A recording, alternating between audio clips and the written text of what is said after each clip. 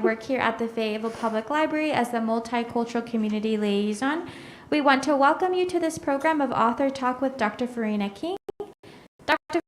Farina King will discuss her co-authored book, Returning Home, Diné Creative Works from the Intermountain Indian School, which looks at the lived experiences of Native American boarding school students through artwork, poems, and other creative materials archived. After this short presentation by Dr. Farina King, we will also invite Charlotte Buchanan Yale, if you can wave there for us. She is the director of the Museum of Native American History at MONAH, and she will lead that moderated question and answer portion. And we are very fortunate to have MONAH be partners with us in this program to be helping collaborate and facilitate this conversation here at the Fayetteville Public Library. Prior to getting started, I would like to introduce Dr. Farina King and Charlotte. Dr. Farina King is a citizen of the Navajo Nation. She is Associate Professor of History and affiliated faculty of Cherokee Indigenous Studies at Northeastern State University, Tahlequah, Oklahoma. She is also the director and founder of the NSU Center for Indigenous Community Engagement. She received her PhD at Arizona State University in U.S. History. Dr. King specializes in 20th century Native American studies, especially American Indian boarding school histories. She is the author of the Earth Memory Compass, Diné Landscapes and Education in the 20th Century, and co-author with Michael P. Taylor and James R. Swinson of Returning Home. Charlotte Buchanan Yale is the director of the Museum of Native American History. She was born in Dallas, Texas, and moved to Northwest Arkansas over 25 years ago. Am I getting that right? 20 next week. 20, excuse me. Yay. She attributes her spirit to bringing her here to this area of Northwest Arkansas, and she has led the way in bringing programs like Hear Our Voices, a series that features storytellers from various indigenous nations, Native Conversations, which are monthly conversations about the ways that scholars and artists give voice to historical contemporary Native American cultures, as well as the program Creative Visions and learning about the emerging art projects that are led by Native American Indigenous peoples. We are very fortunate to have this resource available here, so thank you so much again to MONAH. MONAH is a nonprofit, handicapped accessible museum of Native American history, art, and culture located in Bentonville, Arkansas. Also want to, just before we go into the presentation, wanted to also mention that throughout the presentation, if there are questions that you do have, MONAH has prepared these little clipboards and paper, so if you want to write your question down, one of us will come around, either Cassidy, myself, or even Charlotte will have a little basket where you can put your questions in there, because we can also use those questions for the moderated Q&A. We also encourage you to please fill out that evaluation form that you have there. That really helps us to continue to support bringing these programs to the library, and so please fill that out for us. And so now I'm going to turn it over to Dr. Farina King. Thank you. I'm going to take off my mask because I am quite a physical distance away from everyone, and I think it helps to be able to see my mouth. And for those joining us on the live stream or later watching this recording, thank you for taking your time to listen and join in these conversations and these different efforts and work, because it certainly is ongoing and there's always more to learn. So I love being a constant and continual learner, and thank you for being with me on this evening. And in the spring too, it's always a beautiful time seeing the weather warm up, and even with everything going on in the world, with our thoughts and prayers to peoples all over the world, but especially to Ukraine and indigenous peoples everywhere.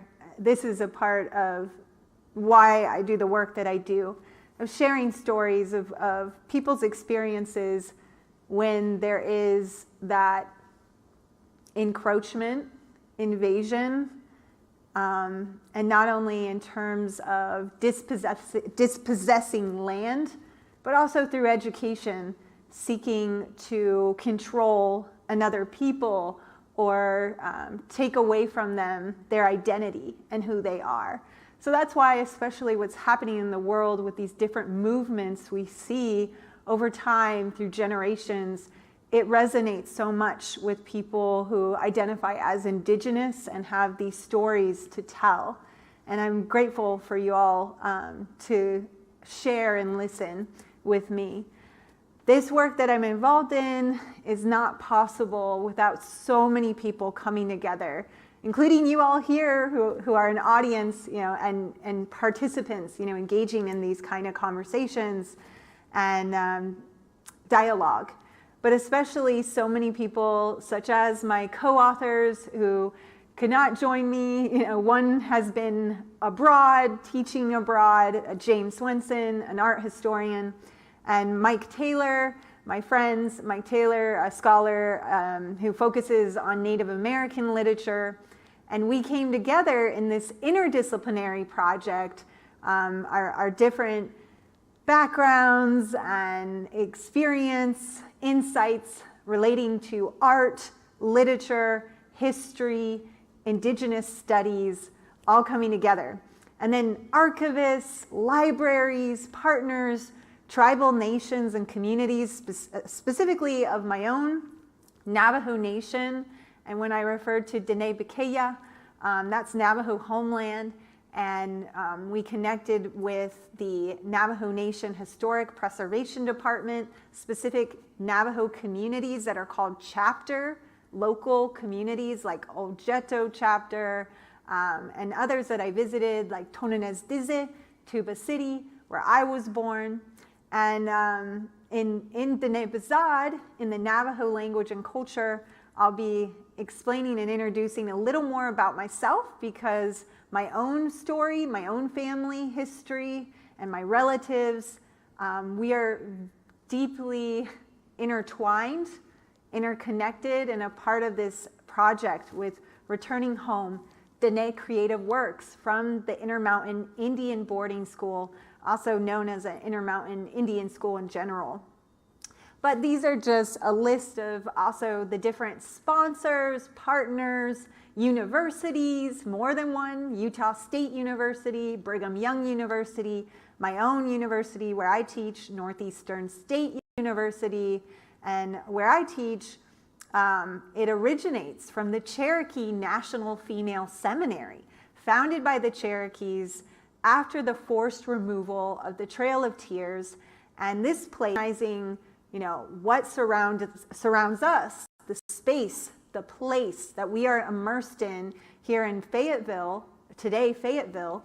This was one of the areas that Cherokees, the different 5 nations known as Chickasaw, Choctaw, Muskogee, and Seminole, they went through this space, through the forced removals of trails of tears, more than one removal.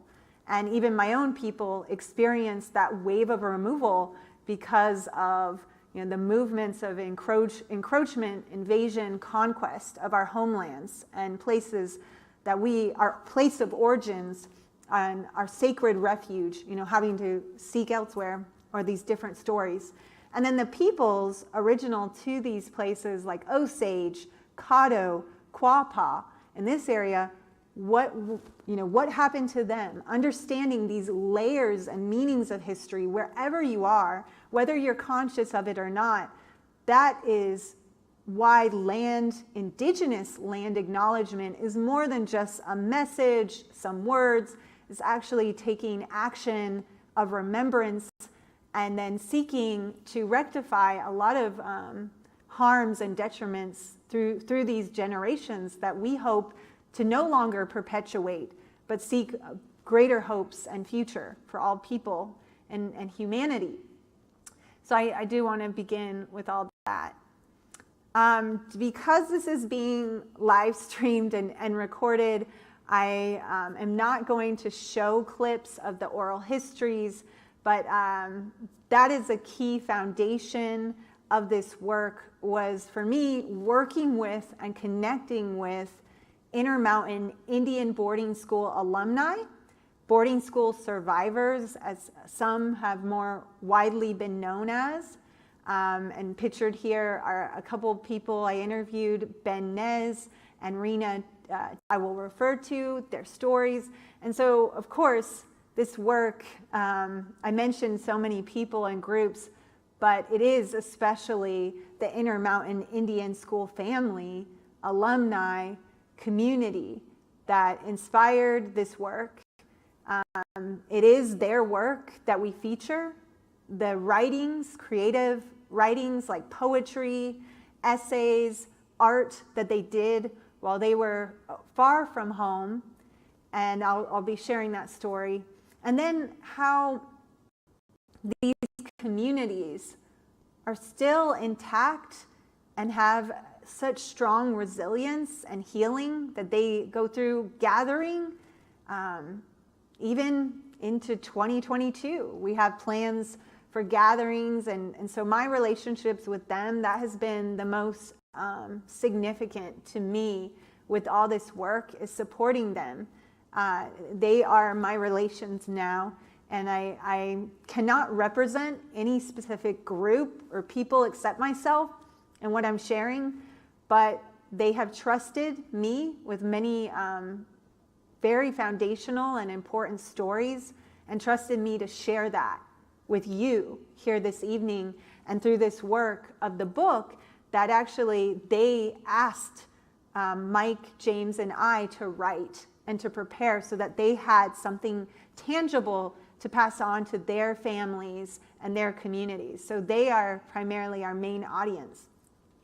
As I mentioned, I will introduce myself in Diné Bazad, because there's a way that Diné, we share our background and we call out to our family in many ways and establish our relations. If I am related to someone here or anyone listening, they can learn that by the way I introduce myself. And these are some images to help you know where I'm coming from, why this work is so crucial and important to me, is that I am a boarding school survivor descendant. This picture here is of my father, Shije'e, as we say in Navajo, Phil Smith, and he went to Fort Wingate Indian boarding school, was dropped off when he was 5 years old without much warning, and never speaking English before, being bombarded and expected to speak only English, and being separated from his family and parents for the first time, and the trauma and all the hardship that he experienced there. I now say boarding school survivor, not only because there's been wider, broader in recent years since residential schools that affected First Nations in Canada have brought to light unmarked mass graves of residential school children who never returned home, and the kinds of physical violence and risk that children experience, all the harms that they faced, and some did not survive. But I actually say that even more so realizing there was a story I learned about for my first book, The Earth Memory Compass, of my father telling me how he tried to run away from boarding school due to abuses that he faced there, not only physical in terms of discipline and such, but even sexual. And he tried to run away in the thick of winter and got caught in a snowstorm and could have frozen to death if it were not for a miracle, which I will say, of a rancher who was out and about and found him and another little boy that he was trying to escape with. And so it really hit me, learning about all the children who did not return home, that I want to exist if my father was not saved at that moment. So I say that very seriously now, understanding that with these connections. And my paternal grandmother, I would say Shanali Atsa, is Johanna Haskoutsi. She went to boarding school at the Albuquerque Indian boarding school, and that's my grandmother and my father pictured together there, and me in the traditional Navajo cradle board as a baby. As I said earlier, I was born in Tonanez Dizit, which is in Navajo Nation on the reservation, our ancestral homelands. And in Diné Bazad, you also would ask to someone where they're from, Hadish Nitz'eh Le Sita, where your umbilical cords bear connection you have always with the place where you're born, and to think about that, rather than we're tourists stopping at all these different sites, relating to what I shared earlier, being aware of the layers of meaning and significance of the places where we dwell, we navigate, we live, all these aspects. And reminding me of all great works by so many different scholars, especially our Native American and Indigenous scholars like Anishinaabe, Brenda Child, who emphasize that boarding school is a metaphor to Native American families because of just how pervasive, impactful it has been on us.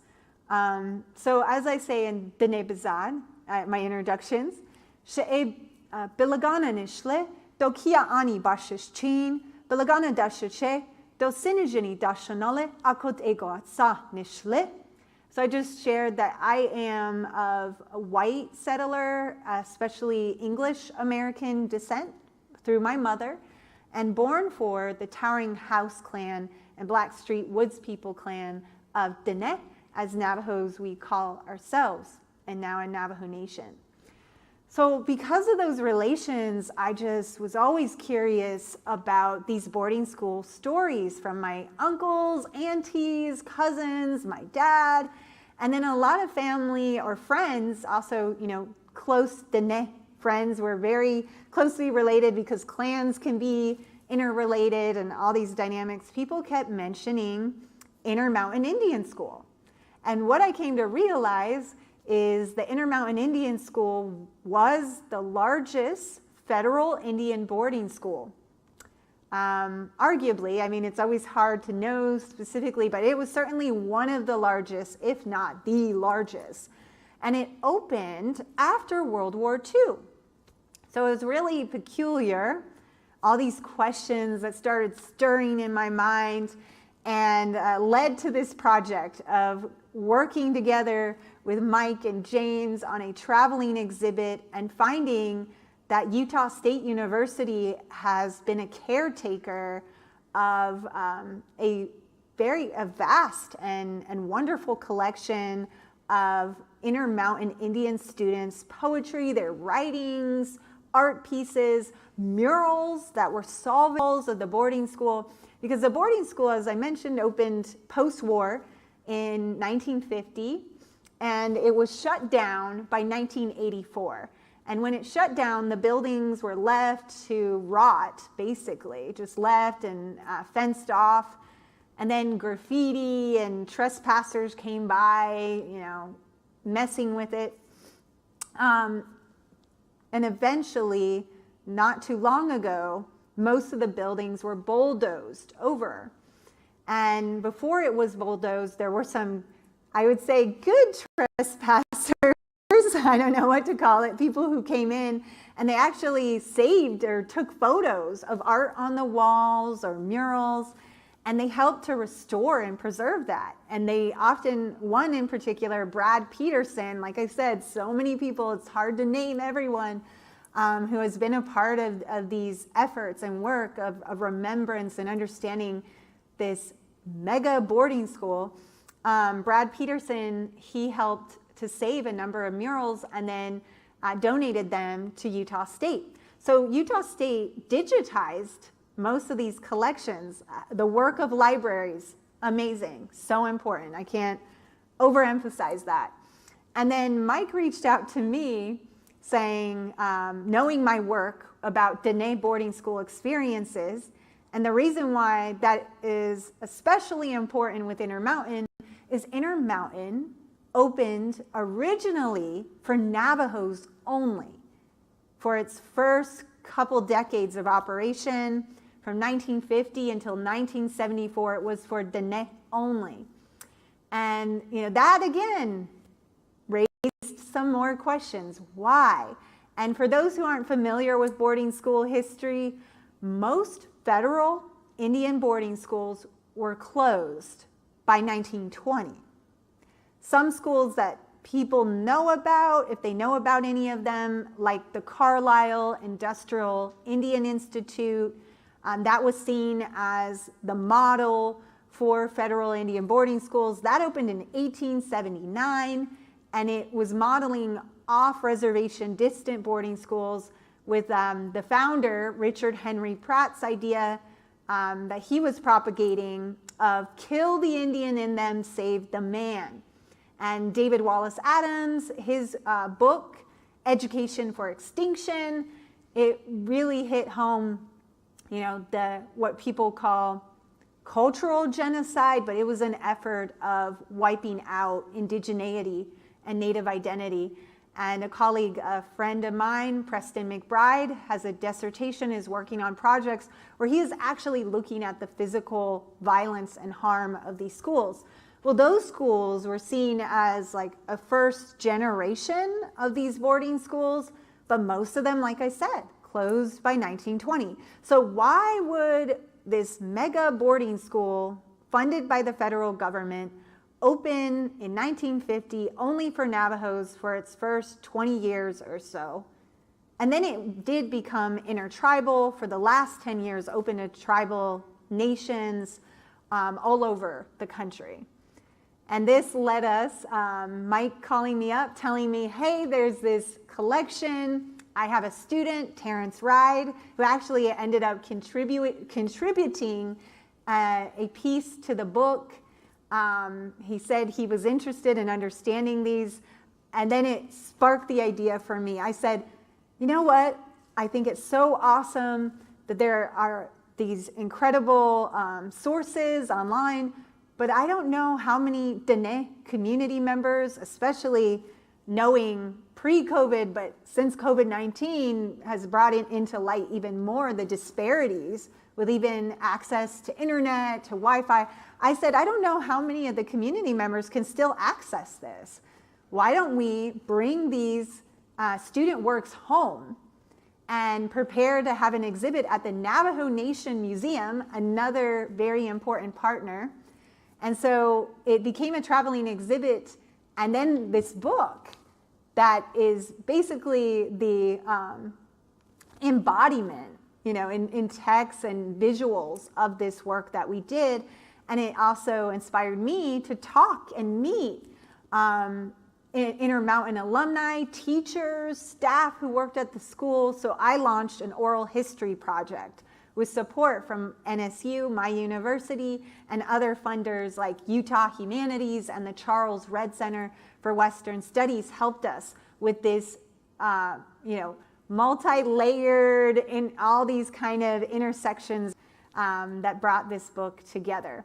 And that image there, I will come back to it when I start to talk about the student arts. This image really became a symbol of this project and all these different initiatives.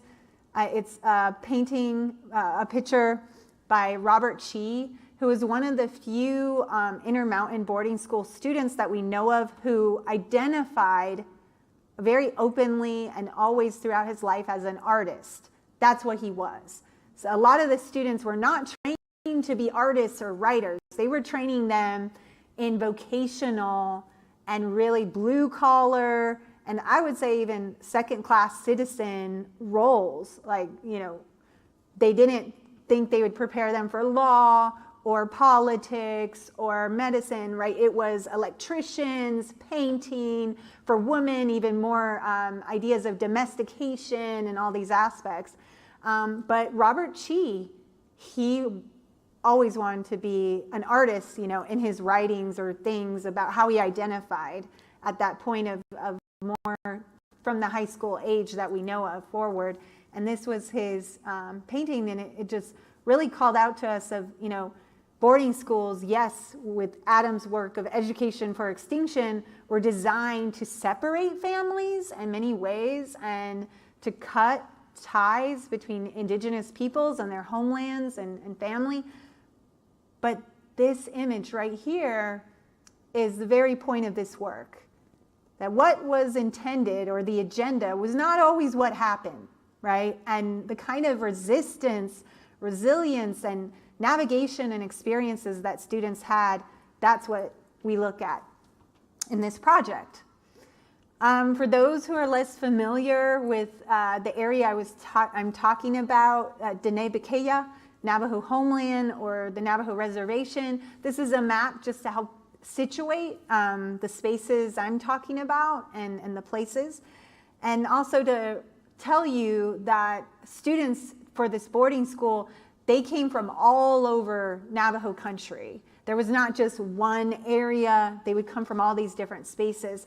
So even if people might think, oh, they're all Diné, it's the same. No, these are very diverse places within Diné Creative and different families and communities. So that's something to remind you. Also, you might not be able to see it from this distance or wherever, but notice that I include our sacred mountains, and those are the markers of Diné boundaries to our people, what we have recognized since time in homelands.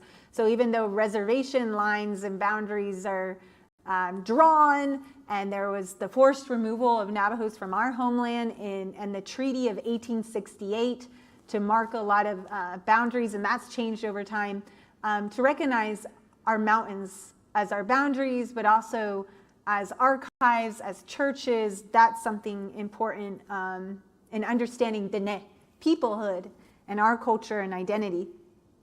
So back to that question, a little background context before I jump into really showing you some of the student arts and poetry and creative writings, is that this primary source, an article from 1947, if you read it and have time to look over it, it indicates a piece of the context, the broader context of what's happening and why this boarding school came to be, how it was founded, is that after World War II, most Americans learned that there's, the big boom in prosperity, economic boom, and urbanization, suburbia growing, great signs of American livelihood and vibrancy. On the Navajo reservation in Navajo Nation, it was actually a very desperate and terrible time of people struggling to get by, starving, and much hardship. A blizzard, unprecedented, really hit the community in 1947. There was drought that was destroying or stalling a lot of the ways of livelihood that the family had. Veterans coming back from war, so many Navajos volunteered, really transformative in their experience, but they're coming home with lacking opportunities in terms of making money. And at this point, the Navajo Nation is surviving in a more capitalist wage-earning economy through changes that had previously happened. So then there's that change they experience, and then they're coming home and not being able to sustain themselves in those ways. And so Navajo Nation people and leaders are calling for help, seeking aid, and there's this desperation. So this inspires, I don't know if inspire is the right word, right? It forces, I would rather say, forces Diné families to evaluate, to assess strategies for survival. Because for some of them, it was a question of survival at this time. And at the end of World War II in the 1950s, over 50% of Diné school-aged children were not going to school.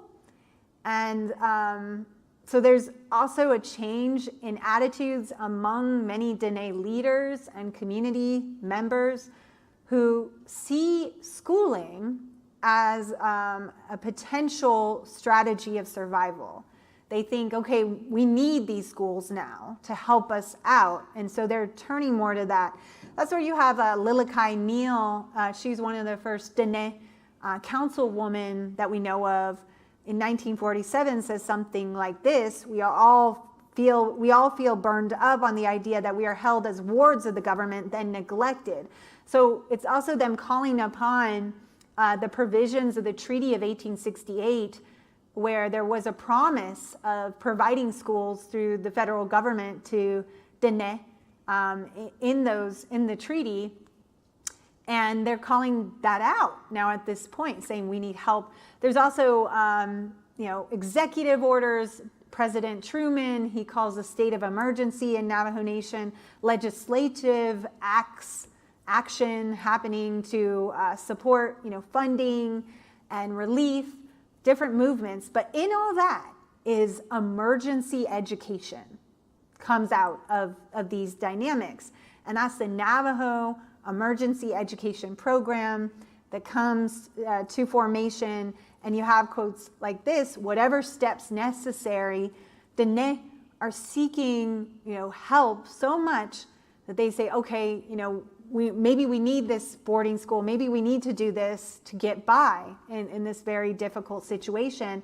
And they see, send your child away to school. That's the hope. That's the future. That's what we have to do right now, right? And so then this is also happening at the time of termination policies, Cold War rearing up, anti-communist sentiment, which makes reservations suspect and seen as communal. So there's attacks on indigenous identity and a push for assimilation at this time as well, to uphold these ideal American citizens. And Brigham City had a military hospital in operation during World War II known as the Bushnell Military Hospital. And a senator who was one of the hard pushers, a leader in pushing for termination of Native American tribal sovereignty and federal recognized status. He wanted to terminate tribal nations and absorb them as in their language, full American citizens. Was his plan. Was Arthur Watkins, was from Utah. So he was aware of the struggle and dynamics with Navajo Nation in particular. And he knew of this military hospital that was closing, and he had the idea of transforming that military hospital into a boarding school specifically for Diné, and thought this was the pipeline to prepare them to be assimilated, move them away from their homelands, as you see, quite a distance away, a new off-reservation boarding school just for Navajos to deal with the language that they used, a Navajo problem, right? Like it's the Navajos' problem that needs to be solved, and the solution is they need to get away from their homelands. It's unsustainable. Like this was the kind of language that American policymakers like Watkins would have been beholden to, really using at that time. And this was also the time of ideas like relocation, where American policymakers passed acts and funded trying to relocate Native Americans into urban centers, again, trying to from their ancestral homelands and place them elsewhere. And it was seen as a solution to Indian problems.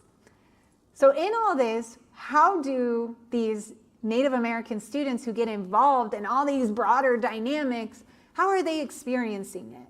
What are they facing? How does it affect them? And in this creative Diné arts, the poetry, the art, the paintings, all these kind of mediums that they are introduced to, some of them for the first time in these boarding schools, we can see glimpses and windows into their experience as they're living it. Like this drawing here by Andrew Curley, an Intermountain Diné student, is a Diné young man, in a landscape that we can see and recognize as Diné Bekeya. And what is he looking towards or facing are the skyscrapers, the city in the clouds. Is that his hope? Is that the direction he needs to take? Behind what is happening. These are the kind of images that are very provoking and stirring of all these different thoughts, and give us insight into what the students are going through. So due to time and so much in a short time, I'm really going to move quickly through giving you glimpses of these student works and pause on a few of them, and then I want to open it up more to discussion. Be sure we have time for that. So I'll do the best I can in all this. Student works like Henry Tinhorn, here's a poem, Mountain's Lament. This is one of my favorite pieces that we highlight in the book. There's even more, that we can't even get to in the book. There's just so much.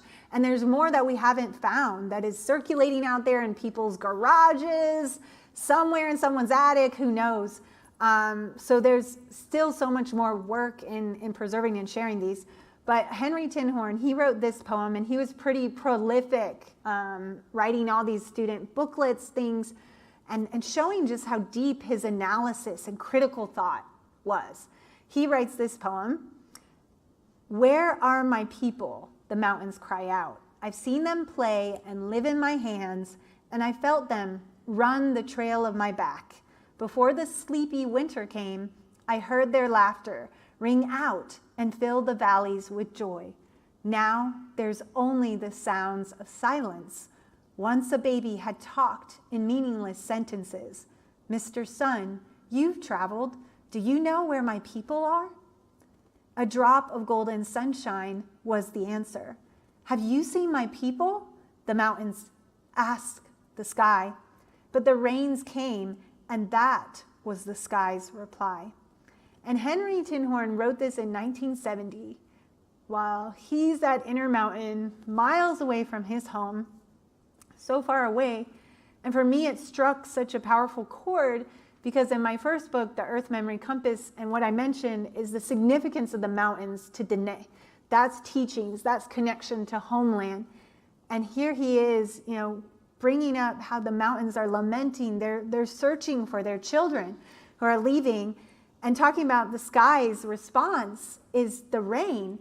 And to Diné, to e ina, water is life. So even if it's so somber and really painful, heartbreaking, there's also hope, sihazin, hope through the sky's reply of renewal, rebirth of what's possible. So just kind of going quickly through this, there's a picture of Mike. He looked a lot at the questions of Native American literature. We were able to talk to a former English instructor, Alexa Aho West, who worked with Henry Tinhorn, had memories working with him. And this gives you a glimpse of the kind of student booklets and writings that we looked through and analyzed and featured, included in the book, curated from that in the traveling exhibit and in the work, both student works. I was able to meet some students who were poets, of those works that we found, like pictured here, Archie Washburn. This is a snapshot of the interview. I would interview people wherever they were comfortable. So sometimes I would be in a corral. That would be in a restaurant. It would be at the reunion, the Intermountain reunion, where the community gathers in Navajo Nation, especially the Diné alumni of those first 20 years or so, and their relations. They come and camp at wheat fields and Diné Bekeya. They're speaking Navajo and gathering, and that's where I met Archie, who wrote so many poems and was participated in competitions and aspects. And he did not go on, professionally to be a writer or a poet. But something he said that resonated so much with me and others is this: one of these days, my people, my children, will know that I am a poet, a writer. And these are just some clips of his poetry. They weren't always about land. They were children, they were youth, they were young, going through life, growing. So it could just be about, their youth, a girlfriend, a boyfriend, the kind of experiences that they had. But I always was so drawn to the poetry like Archie's Navajo Land, where he evokes the images of his homeland. He's from the Shiprock area, depicted here. And these are ways that they were sustaining and connecting and even enriching, right? Supporting the vibrancy and beauty of their people's cultures, while at these schools designed to dissect and sanitize their cultures in relation to home. So a picture of Archie while he was a student. This was from one of the student booklets of him at his Intermountain days, and later when I was able to talk to him. Some of the poems by women and young women at the time, talking about family, their loneliness, their struggle. One student saying, "It's lonely, all alone." Another saying, "Makes me wonder a lot about my family. I wonder who brings water from a mile for them." This became outlet as well for them, expressive, a way for them to call out, their angst, their anxieties of what they're going through in that separation. Image of Henry Tinhorn, who I cited before, who was sent abroad, served in the Vietnam War, and never returned home. So in this work, what has been really powerful as well in all this is how we've been able to connect families with their relatives. Through this work, we're reconnecting and supporting these family connections. Henry Tinhorn wrote, "All I ask is remember me not by my actions, but remember me by my poems." That was while he was a student at Intermountain that he said that he wrote that. And his work is just outstanding and so incredible, all the kinds of thoughts he had. And this is an image of us with Henry Tinhorn's sisters, that we had a reading of Henry Tinhorn's poetry with his nieces, with his great nieces and his family, and meeting them through this traveling exhibit. That has been quite a remarkable experience. Now the art also can really speak for itself in a lot of ways, so I'll show you some of those. This is an image as well of the campus. It was quite large. They had a pool, they had a canteen, bowling alley, skating. It was like a college campus in many ways. An image of the exhibit in Navajo Nation, which was such a pinnacle of a lot of our collaboration, that we held a gathering with alumni and community there. Also, I want to note these murals are quite large scale, covering walls and very delicate and fragile. So there's an ongoing initiative with Utah State University, who are caring for those murals, of how to preserve them, how to be able to be sure they're accessible to community. Some might not realize too that it's not always a white to native student experience and perspective, but Alanhauser, some of the staff, the teachers, they were Native American. Alanhauser is one of the most well-known and respected Native American artists, especially for his sculpture. He was a leader in shaping the arts program at Intermountain, a Chiricahua Apache, who worked with students like Robert Chi, who was the artist of the cover. Here's Alanhauser with students at Intermountain, and back to that main image by Robert Chi of the family together. Students would use different mediums like linocut that they were introduced to at the school. You can see again, what are common themes? What are they portraying? While they're so far away, what kind of images? This is an image of one of those large-scale murals that were saved from the cafeteria mural. And what was surprising is that some of these murals were sitting in storage until we started to ask about the school and the arts, and were able to bring them out to be on exhibit, and now moving toward having them on a regular protected exhibit, or the potential of maybe one day a community center where the alumni can gather as they still return back to Intermountain in Brigham City. Though the school is mostly bulldozed, no longer there, Utah State has established a satellite campus there. They have an outdoor walking tour, and intertribal alumni come from miles, come from all over the country, and try to come every Peach Day, a big time of celebration in the area in September.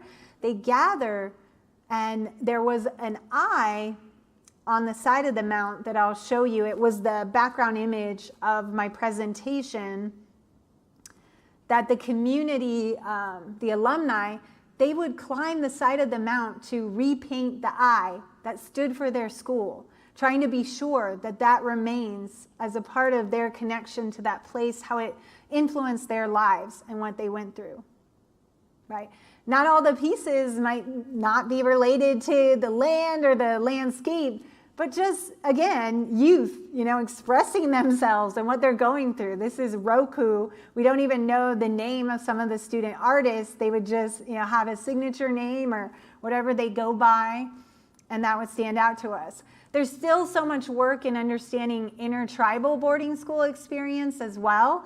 A well-known Native American artist, photographer, Zig Jackson, went to Intermountain of Mandan, Hidatsa, Rikara. So I'm hoping to launch and support an oral history project that delves into the later years of the boarding school, because again, most people think this was so long ago, in only the 19th century, late 19th century. But these schools, some operated into the 80s and the 90s.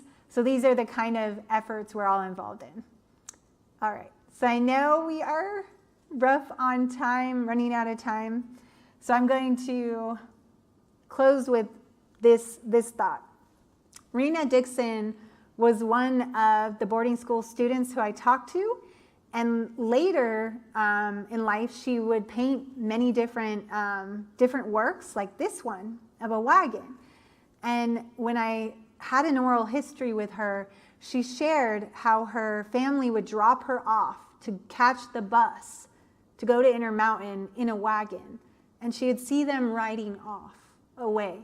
So these memories also continue in the artistic expressions that students, former students, are doing later in life. And it's incredible, to make these connections through the work of supporting how important the arts are in so many people's lives. And there's many stories that are tragic, that are dark, including at Intermountain, riots, abuse that happened there. It's not, just a binary of good or bad.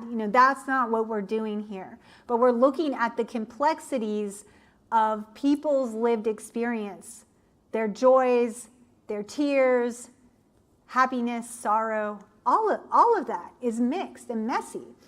And one of my friends, Jesse Holiday, who inspired me so much with this work, I call him Shije Yaje, like uncle to me.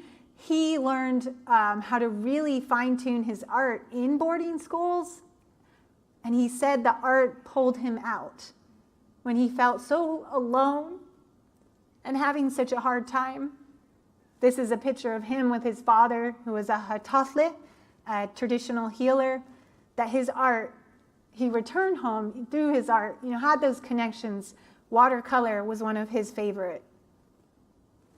And being able through this work, again, to reinforce, to sustain these connections. Jesse has come with us to schools where we've talked about this project. Students in Navajo Nation have practiced their own art and poetry, visiting with Jesse, who they called grandfather, Che, and just so many powerful experiences in the exhibit, all the places that it's gone, all the people who have been supportive in this. I'm just so grateful for all of them and thankful for you all listening. This is a picture of Mike, James, Terrence, the graduate student who wanted to learn more about this school and led us and fed us on this beautiful journey. And to remind you as well, Intermountain students, people wonder in terms of Deb Holland, questions of boarding school, truth, healing, and reconciliation, what Canada has modeled through their commissions and their work. What's happening now in the United States is with Deb Holland as Secretary of Interior, she's launched a federal Indian boarding school truth initiative, collaborating with the National Native American Boarding School Healing Coalition.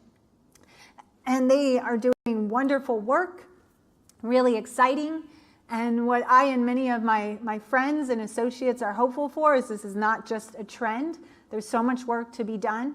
But something I've realized in this work as well is that alumni are still here, boarding school survivors are still with us, which is remarkable as we are brought to greater awareness of just the vulnerability and disparities since COVID-19, especially how hard my people, my family has been hit by that. And students, these former students, they fork up out of their own pocket, they sacrifice so much just to come together.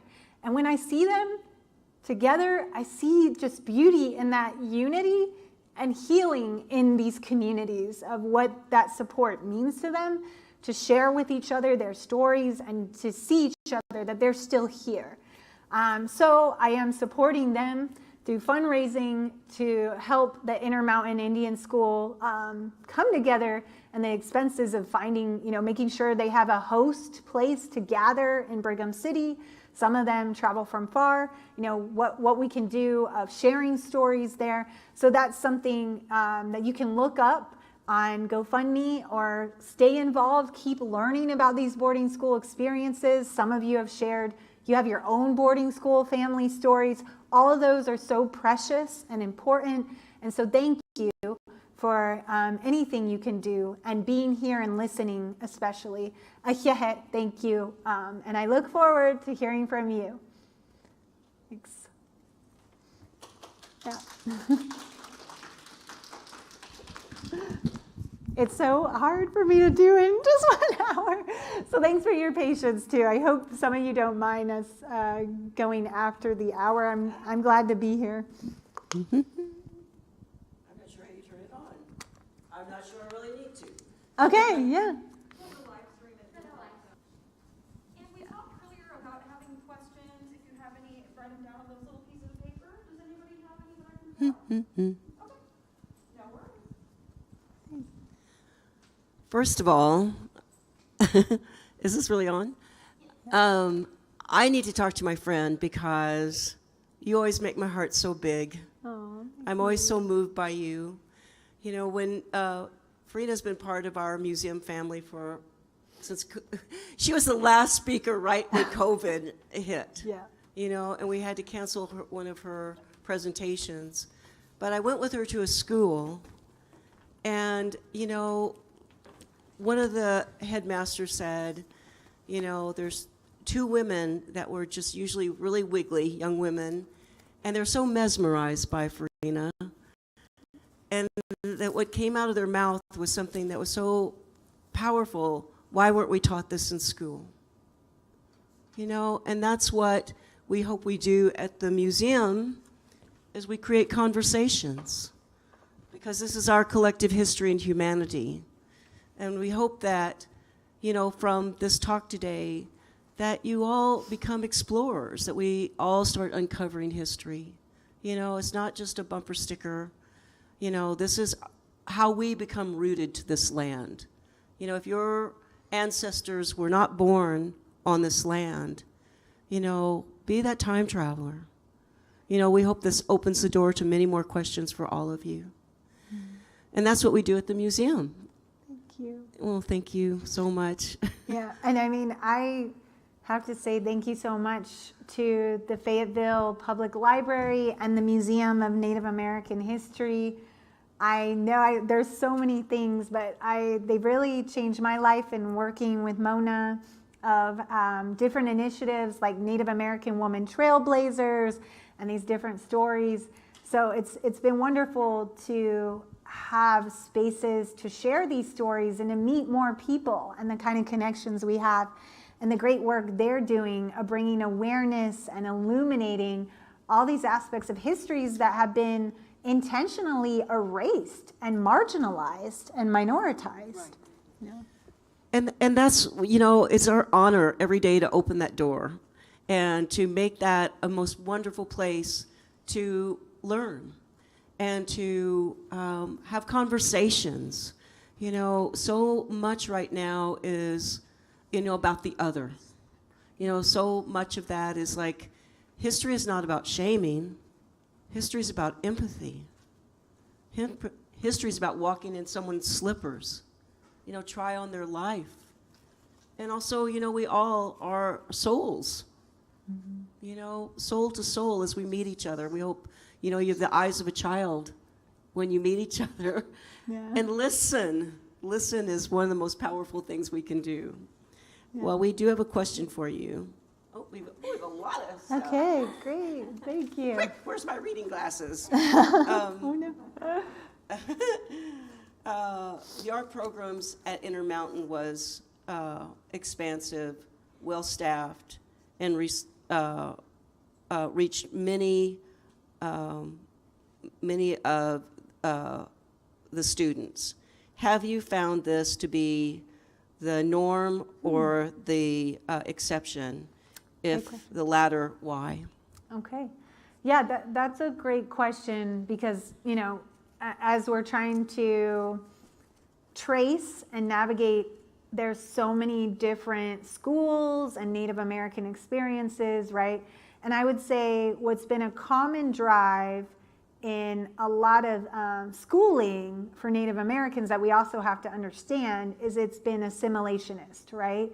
And why I mention that is that's a common thread. It's been assimilationist in terms of an agenda, the plans, the designs. But interestingly, art and these opportunities of creation, I find were also a common thread, even in schools that did horrible things too, like Carlisle that has become infamous.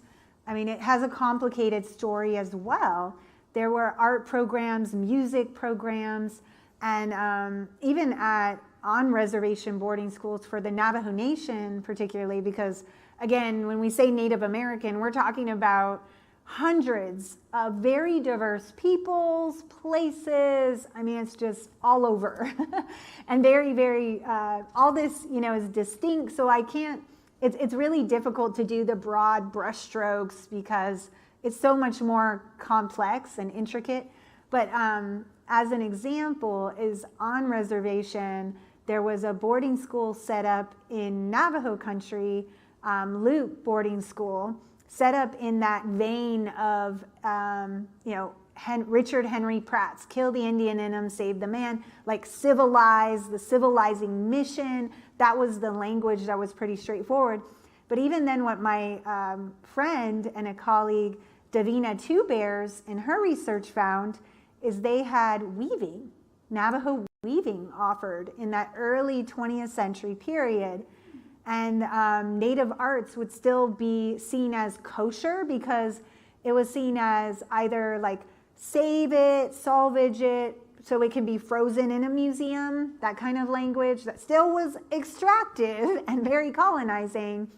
But then it complicates things too, because it provided, again, like I said, an outlet and still a connection of resistance as students could take these art programs that they were allowed and go further with them. So what I do find is there are art programs throughout these different institutions and schools that were designed and meant to really stifle indigeneity and these different aspects of culture, but then they might have allowed for native arts in some places, or even encouraged it because they thought, oh, well, you can make some money off of this, you could sell it. That's including at Intermountain. They had a store, and some of the students' work has really been spread out. We're finding them on eBay or whatever because travelers coming through would stop by Intermountain and look at their store and see some of what people might call arts and crafts. But I recently heard the term fiber art is becoming a term of recognizing in knitting or quilting. That's an art too. So there's also these different ways art was even encouraged in a number of these schools. So it is unique as Intermountain has its own specific context, the history I had to really explain a bit more into, but there are these commonalities, similarities with other programs that would be just fascinating to continue to delve into and that you can find, especially through art. That there were programs in other boarding schools through all kinds of generations and places. We have another question. Do these students still produce art? Yeah. Yes, they do. So, I showed the painting by Rena Dixon, and so she was painting after her time at Intermountain and later took more art classes. And she remembered taking classes with Alanhauser and how that was really inspirational for her. Like, she felt it was a safe place to be Native. And she mentioned that specifically. When I talked to her, I said, I was asking a lot of open-ended questions, but she mentioned that. And so I noticed, she painted and I showed that. But I also met some students who got into different arts. Maybe they might have started to pick up on it there. But one student, Richard Johnson, I talked to, he does leather work and a lot of art with leather, which was just beautiful. And he sells that, or he does different projects with that. Like Zig Jackson, who went on to become a well-known artist, who I mentioned earlier. And then in terms of art, there's also like storytelling and all kinds of other ways, like I called it fiber art, that students are expressing and sharing these stories. Some are still writing poetry. Like that's what was so insightful for me and moving for me with meeting Archie, just how, he identified as a poet, but not many people knew that about him, or, knew about all the work that he did, or those kind of insights. So I do want to say about that as well, that Jesse, my friend, I didn't have an opportunity to share this, but after his boarding school days, he also went on different school programs. He went to some public schools in a program called the Indian Student Placement Program that was denominational through the Church of Jesus Christ of Latter-day Saints. So some students had very eclectic educational backgrounds too, that I also want to mention, like a mix of boarding schools, which schools that they were going to. But Jesse, after his whole schooling experiences, he returned to his ancestral homelands. He's from around Monument Valley, so you might have noticed the Monument Valley images, buttes, mesas, like the mittens as they're called in English. They became iconic of Diné landscape and homeland. They're iconic of the American West now in people's imagination. But Jesse is from those places. That's where his family is from. And so that came up a lot in his work, but he returned home to that area. And in my first book, I talk about grassroots movement of that community to open their own school, to have a school that was for Diné, and really respecting Diné culture and knowledge and ways of knowing. And so that's still a struggle to this day, right? Navajo Nation is still fighting for self-determination over their own education in their own homelands. Like, these are lawsuits still in action, and that's something I want to raise awareness to. But Jesse, he comes home and he becomes an art teacher at his school, at his community school that they had to fight for to even build it. It was a Sinigini case that I talk about. And he taught silversmithing and Navajo arts, as well as, some of the paints or things that he learned too. Sadly, as you saw, he's in a wheelchair now. He suffered a stroke, so he cannot continue his art, which I can tell, is painful for him. But it's been beautiful to see him being recognized for his art and his story. Just how incredible that is, that here was a school designed, to detach him from home and send him far away, and he comes home. It's that cycle. That's a returning home, which was really wonderful to share in this work. Again, that is so powerful. We had a storyteller who was Laguna. That was last week, and my face smiled so much, but I could barely speak with so much tears. With history starting at home, and having no idea that her great-grandmother was a famous potter, and she goes out into the world and she starts seeing books, and And, you know, and it's just you think about these schools, and I think about meeting your father virtually, you know, and it's the art of life, you know, that from a long line of healers, you know, and, you know, the hero's journey is coming out of whatever Holocaust you've been in, and greet the day, it's another day, and keeping that, you know, the spirit of who you are alive, you know, against all odds. It just, it's really beautiful, and I'm overwhelmed myself right now. I'm sorry, I'm going to butcher some of these questions. It's like, and tell me if I'm doing this wrong. Is there a bridge between, is it indigenous art and modern art? Is that correct? Bridge between indigenous art and modern art? I'm glad you brought that up, because this also has been a big discussion. I am not an artist or an art historian or scholar, so that's why I was fortunate to work with people like James Swenson. But in the circles I've been in and what I've noticed, and even in Cherokee Nation, where I now live, and working with different museums or taking my students, you know, to Cherokee historic sites and such, something I noticed was that when people say indigenous art or Indian art, there then becomes a category and stereotyping that can happen, or a push of only this is native art, and if it becomes modernized or maybe like bringing in new kind of themes or whatnot, that can become controversial and tension, and coming from all angles, like, I mean, all different kind of groups too, even intertribally, even within indigenous communities. And I think that can be generational, that can be, you know, based on a specific community, like, are they a more rural community, an urban community, all these kind of facets that can play into it. Because what hit me was when James, he was the one really looking at Alanhauser's time at Intermountain, and got to get more into that. And what he mentions in the book, because we co-authored this in some parts, like especially the art programs he was focusing on, but what he mentioned in the book was Alanhauser sometimes was pushing back against being forced into being a native artist, only doing native art. And that bothered him. He had training in Santa Fe at an art institute there. Santa Fe is really well known, you know, for native arts, for those not as familiar. And the training he had kept trying to push him of, no, this is native art, you can't be doing that, and restricting his creativity because of how what's being labeled or marked as native art.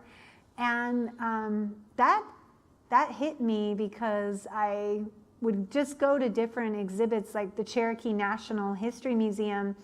They had another exhibit of a Cherokee artist, you know, say, for example, they also mentioned the same artist went to the Santa Fe, same institute, and the influence of that, or Bacone College, which is not far from us in Tahlequah, but in Muskogee, Oklahoma, has a tradition of educating a lot of native artists. The Kiowa Five, who became really famous, have some connections or ties to those places or areas in Oklahoma.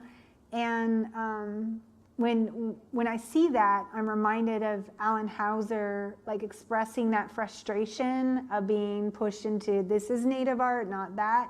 And yet there's always this innovation and creativity that's happening. So where's the balance? And that's in history what we look at as tradition and change, the two-face, Janus-faced as people call it. So it's intricate and complicated, and it's even happening with fashion, like especially art and clothing, the kind of debates or arguments about that. I have students, especially my Native American students. We have one of the largest Native American student populations.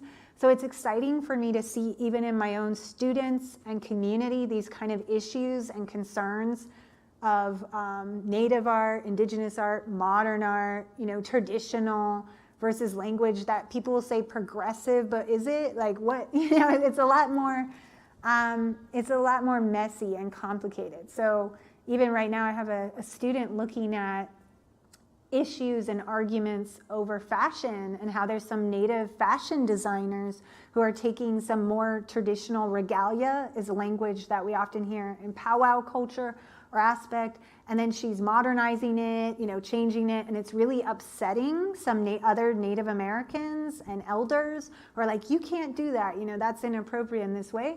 But where is the balance? How do we harmonize that with all the kind of changes? And I think that can also happen with art and music. I mean, Zikala Shah, known as Gertrude Simmons in her English name, an artist, definitely a musician, went to these different boarding schools.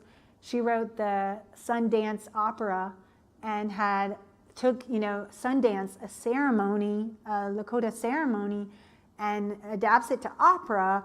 Some people celebrate that, say that's beautiful, but still is controversial, actually, and she was controversial in her time, even among Native Americans. So that's what I say as well, is this is not only a story of white or Native, black or white.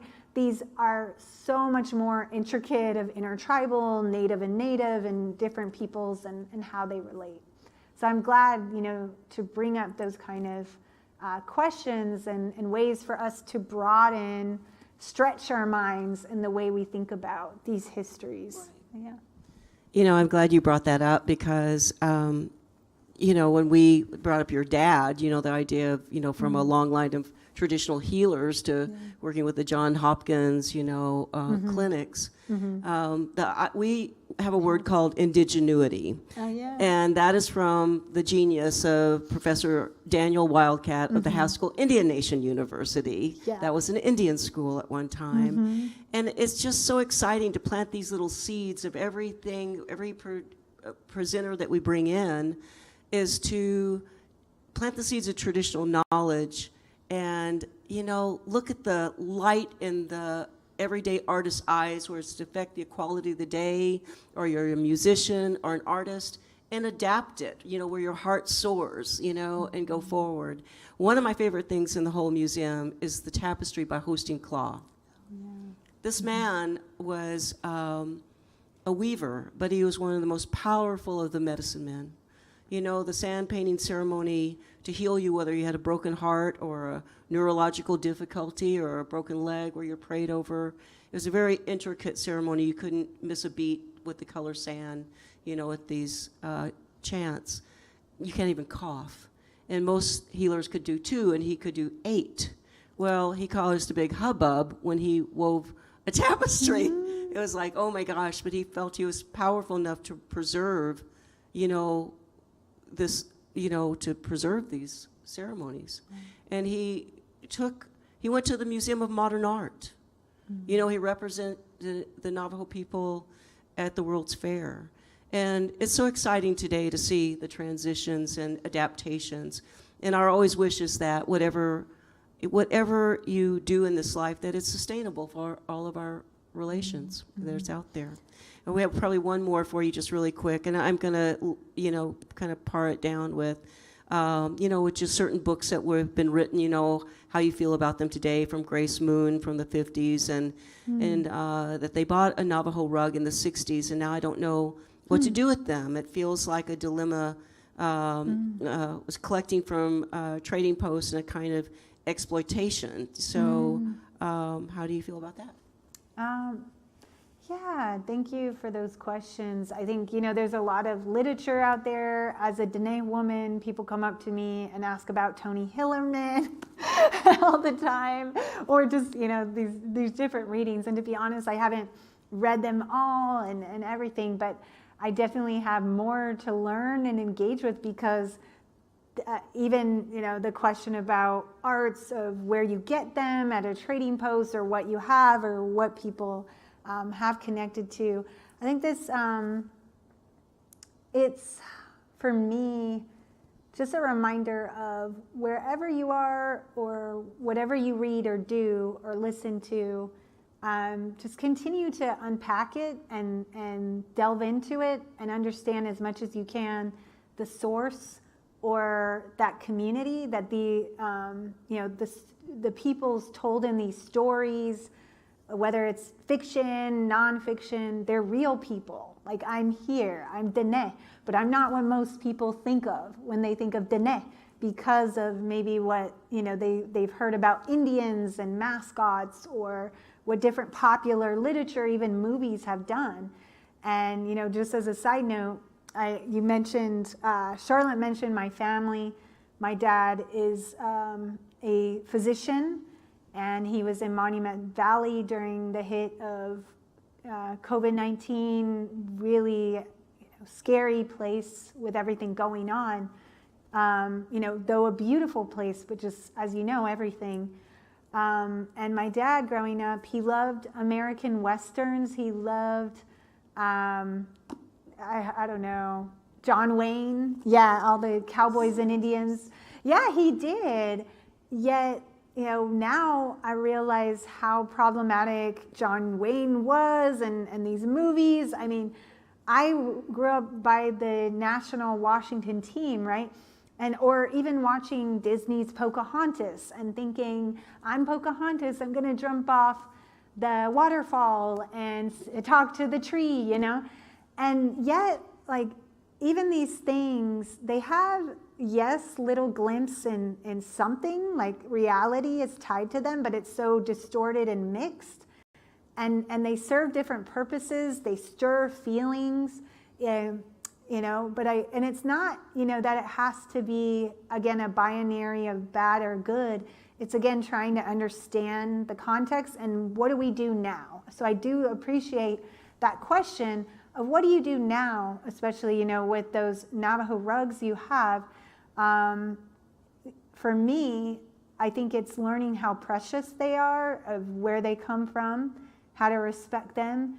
Is there a community, like there's questions now of repatriation, what people call even rematriation as well, with restoring and supporting that peoples are trying to have self-determination with even sharing their own information or their arts and culture.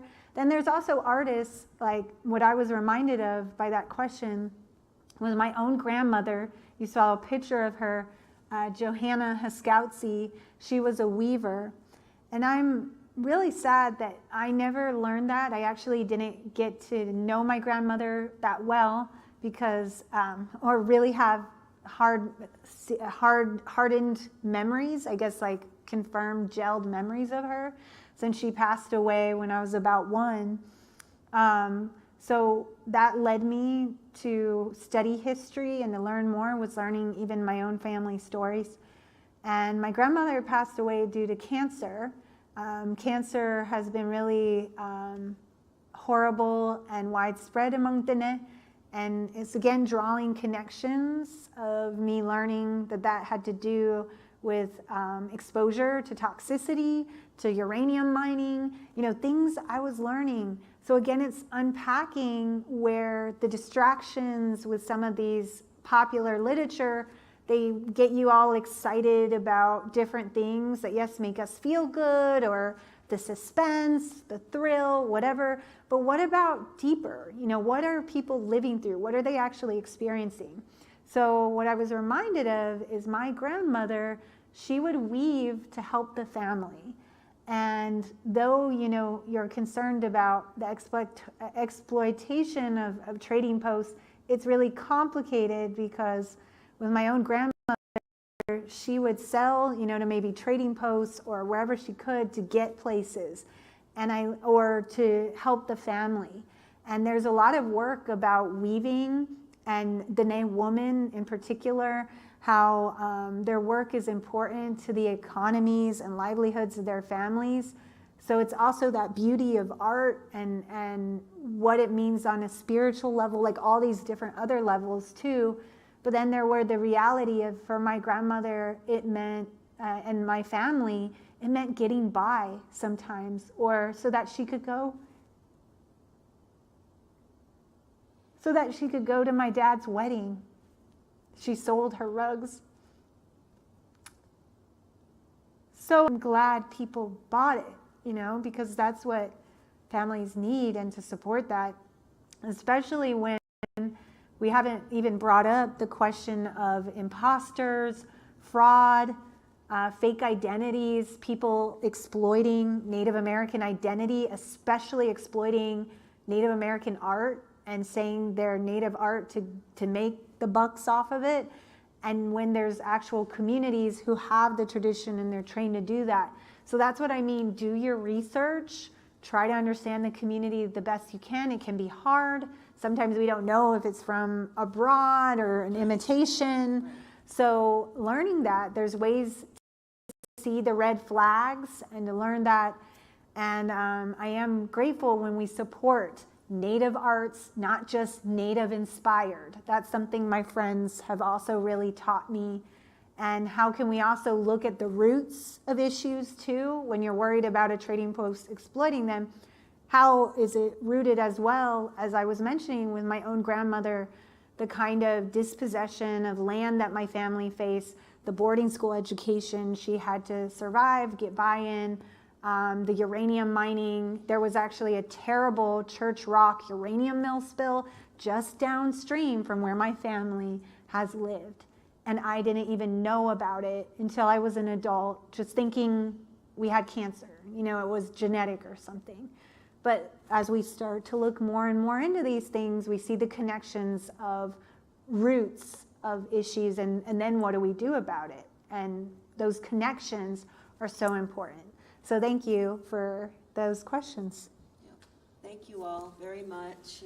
It's been a joy just being in the same room with you again. Oh, thank And all you of so much, Mona. And I do want to say MONAH has great resources online. They are becoming a wonderful hub for learning. A lot of these great talks that Charlotte was referring to, they have recorded them. They make them accessible so you can listen to my dad talk and my son. We were talking to him. We have the whole family. I know, yeah. And I'm talking on March 26th about Diné woman healers who we do not hear as much about. So I'm really excited for all that support. Yeah. Thank you. Thank you.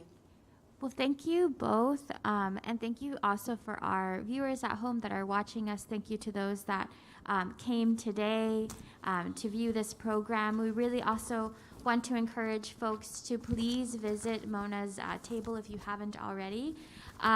Dr. Farina King has also brought some coupons so that way you can purchase the book. There's 30% off. So you're welcome to also grab those at the table. We also encourage you to fill out those program evaluations if you haven't already, because that really is what we use to be able to continue on these programs here at the Fayetteville Public Library. And just really want to say thank you to Dr. Farina King and Charlotte for partnering with us for this. So thank you so much. The University of Arizona Press was amazing to partner with this book as well. So please buy from the press if you can through the University of Arizona Press website.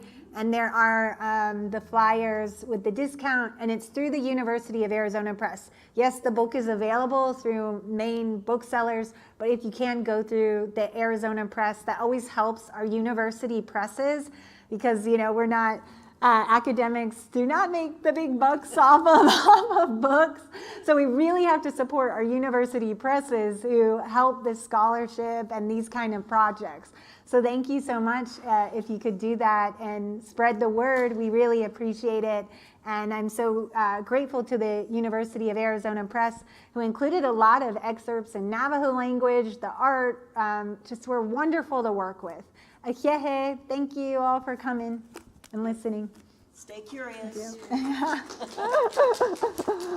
know. Oh, my goodness.